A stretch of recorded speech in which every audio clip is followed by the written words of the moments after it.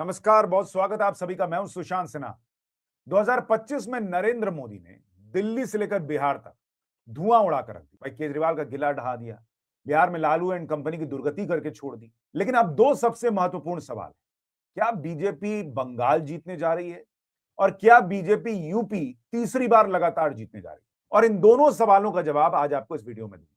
लेकिन पहले आप ये भी सोचिए कि क्या ममता बनर्जी ने खुद हार स्वीकार कर ली है बंगाल में? आज इसके बारे में भी बात।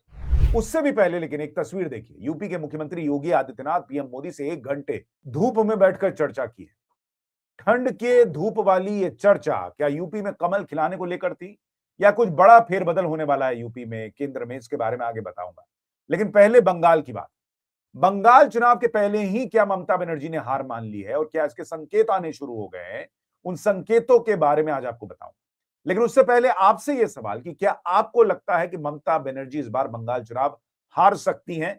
अपनी राय जरूर दीजिएगा कमेंट करके। देखिए, बंगाल में इस बार हालात 2021 वाले तो कतई नहीं। बंगाल में इसी रविवार बीजेपी ने वो किया कि ममता बनर्जी को झटका लगा। एक जमाने में ममता बनर्जी का गढ़ रहे नंदीग्राम में पहले तो शुभेंदु अधिकारी ने ममता बनर्जी को हराया था विधानसभा चुनाव में, और अब इस बार चुनाव के ठीक पहले बीजेपी ने वहां फिर सेंधमारी कर दी। नंदीग्राम सहकारी कृषि समिति की सारी 9 की 9 सीटें बीजेपी ने जीत ली हैं बॉस। और बंगाल चुनाव के पहले ये बड़ा बूस्टर डोज माना जा रहा है बीजेपी के लिए। और इसीलिए कहा जा रहा है कि ममता बनर्जी घबराई हुई, इतना घबराई हुई है कि जो ममता बनर्जी कांग्रेस को ढेले भर का नहीं समझती थी बंगाल के अंदर, इंडी गठबंधन को भाव नहीं देती थी, उन्हें भी अब इंडी गठबंधन याद आ रहा है और कांग्रेस इसके मजे ले रही। सुनिए एक बार। कांग्रेस जिंदा है पश्चिम बंगाल में।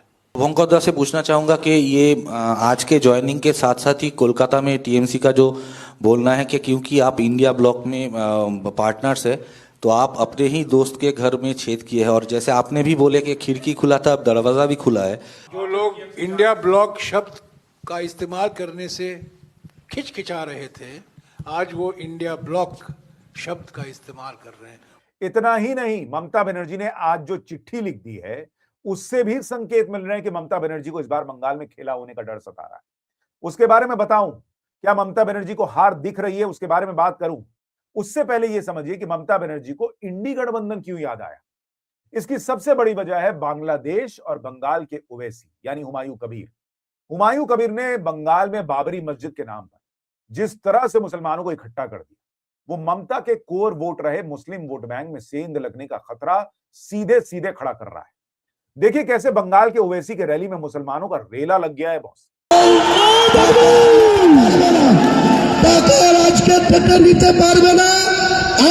और इसीलिए ममता बनर्जी को डर है कि एक तरफ हुमायूं कबीर, दूसरी तरफ कांग्रेस ने भी अगर मुस्लिम वोट बैंक खींच लिया तो भैया कांड हो सकता है। और यही वजह है कि इन्हें इंडी गठबंधन याद आने लगा है, जो इंडी गठबंधन को भाव तक नहीं देती। दूसरी बात यह भी है कि बांग्लादेश के हिंदुओं को लेकर बीजेपी बंगाल में अग्रेसिवली प्रोटेस्ट कर रही है। इसने हिंदुओं को अगर कंसोलिडेट कर दिया तो जो बीजेपी 2 बार से 40% के वोट बैंक को समेटे बैठी है, उसका वो वोट बैंक बढ़ सकता है। और अगर बीजेपी का वोट बैंक 5-10% बढ़ गया तो भैया समझिए ममता बनर्जी की सरकार चली गई। तीसरा बड़ा संकट है एसआईआर, जिसको लेकर ममता बनर्जी टेंशन में है। ममता बनर्जी का आरोप है कि ये प्रक्रिया ही पूरी तरह से अनियोजित है, अराजक तरीके से चल रही है। उनका कहना है कि बूथ लेवल अधिकारियों पर दबाव डाला जा रहा है, कई जगह हादसे हुए हैं, कई बीएलओ की मौतें हुई हैं, और सबसे बड़ा आरोप कि लाखों मतदाताओं के नाम काटे जा रहे हैं।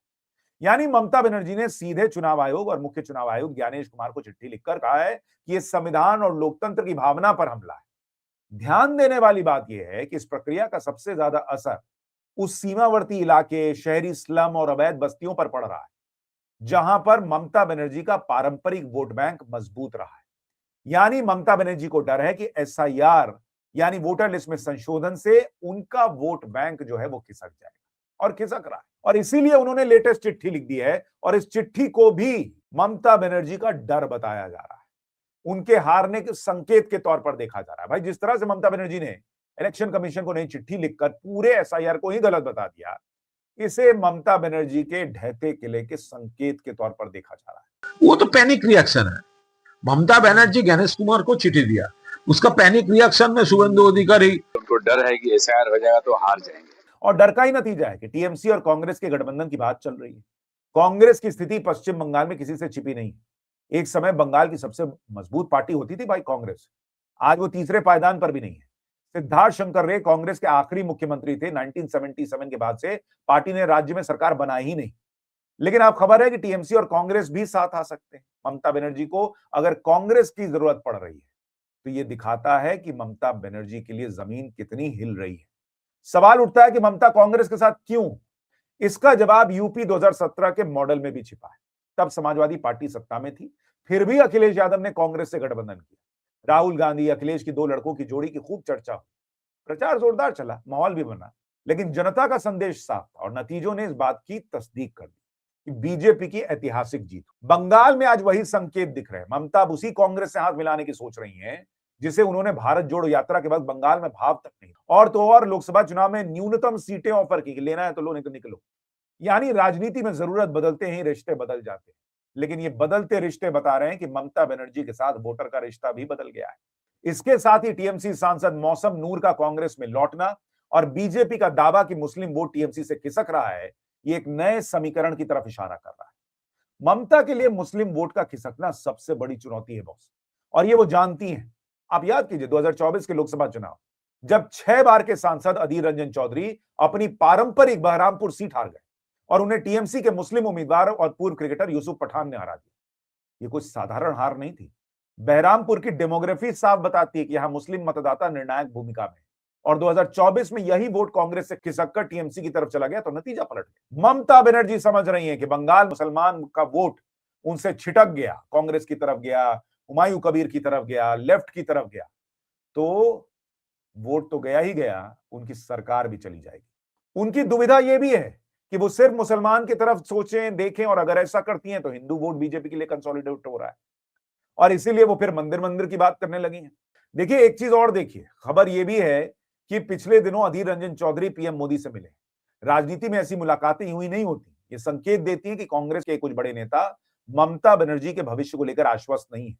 यहां भी याद रखना जरूरी है कि 2024 में अधीर रंजन चौधरी की बहरामपुर से हार सीधे तौर पर टीएमसी के खिलाफ नहीं, बल्कि ममता बनर्जी की रणनीति और मुस्लिम वोट के टीएमसी की तरफ शिफ्ट होने का नतीजा थी। चुनाव के दौरान अधीर रंजन चौधरी लगातार इंडी गठबंधन में लेफ्ट पार्टियों की भूमिका पर सवाल उठाते रहे, और आज वही कह रहे हैं कि हमें ममता बनर्जी के साथ नहीं बल्कि लेफ्ट के साथ जाना चाहिए। राजनीति में शब्द नहीं संकेत बोलते हैं, और ये संकेत हल्के नहीं है कि आने वाला चुनाव ममता बनर्जी के लिए आसान नहीं है। उधर बीजेपी की अपनी पूरी तैयारी दिख रही है। अमित शाह की प्रेस कॉन्फ्रेंस ने साफ कर दिया कि संगठन तैयार है, नैरेटिव सेट है और मुद्दे तय। बीजेपी को भरोसा है कि हिंदू वोट का ध्रुवीकरण, मुस्लिम वोट का बिखराव और सत्ता विरोधी माहौल इस बार खेला कर देगा। सुनिए अमित शाह को। 20 के चुनाव से पहले बंगाल में मंदिर मस्जिद की राजनीति शुरू हुई है। आपको पता होगा मुर्शिदाबाद में बाबरी मस्जिद का। एक मिनट, मंदिर और मस्जिद दोनों की राजनीति कौन कर रहा है? एक तृणमूल से निकले हुए एमएलए कर रहे हैं और एक तृणमूल कांग्रेस कर रही है। तो सवाल का एड्रेस गलत है, सवाल तो सही है। अब आते हैं दिन की दूसरी बड़ी खबर पर। आज यूपी की सियासत दिल्ली में थी। सीएम योगी आदित्यनाथ की प्रधानमंत्री नरेंद्र मोदी से मुलाकात हुई। वहीं डिप्टी सीएम ब्रजेश पाठक ने बीजेपी के राष्ट्रीय कार्यकारी अध्यक्ष नितिन नवीन से बातचीत की। कहा जा रहा है कि बैठकों में बीजेपी के संगठन में फेरबदल, सरकार और संगठन के बीच जिम्मेदारियों के बदलाव और संभावित कैबिनेट विस्तार जैसे मुद्दों पर चर्चा। साथ ही सीएम ने पीएम को प्रयागराज के माघ मेले और राज्य की बड़ी विकास योजनाओं की जानकारी। इसका असर यूपी की राजनीति में दिख सकता है। 2027 विधानसभा चुनाव से पहले मंत्रिमंडल में नए चेहरों की एंट्री, जातीय संतुलन, सहयोगी दलों को जगह देना और सपा के कुछ बागी नेताओं पर फैसले जैसे कई मुद्दे सामने हैं। इसके अलावा मतदाता सूची के एसआईआर पर भी चर्चा हुई, क्योंकि 6 जनवरी को ड्राफ्ट वोटर लिस्ट जारी होनी है। कुल मिलाकर दिल्ली की यह मुलाकात यूपी में आने वाले राजनीतिक और संगठनात्मक बदलावों के संकेत दे रही है। साफ है कि एसआईआर का विरोध कोई साधारण प्रशासनिक मुद्दा नहीं, बल्कि क्या ये राजनीतिक डर का संकेत है। बंगाल में खासतौर पर कांग्रेस से गठबंधन की सोच आत्मविश्वास की क्या कमी दिखाती है। हुमायूं कबीर और मौसम नूर जैसे घटनाक्रम बताते हैं कि टीएमसी के मुस्लिम वोट पर अब पहली जैसी ताकत या मजबूती नहीं रह गई है। हिंदू एक साथ आ जाएगा क्या, और हिंदू चेतना खुलकर सामने है क्या? इस बीच यूपी में योगी आदित्यनाथ की जो चहलकदमी है और नरेंद्र मोदी से ये ठंड की धूप में घंटे भर की मुलाकात है, क्या ये यूपी में फिर से योगी आदित्यनाथ की वापसी का संकेत है? क्या रणनीति बन गई है या कुछ बड़ा फेरबदल होने वाला है? सवाल कई हैं, इसलिए आपसे भी सवाल है कि क्या बंगाल में ममता बनर्जी हार रही हैं? आपको क्या लगता है? और क्या यूपी में बीजेपी तीसरी बार सरकार बनाएगी या नहीं? आपकी राय क्या है? कमेंट करके जरूर बताइएगा। वीडियो को लाइक और शेयर कीजिएगा। नमस्कार।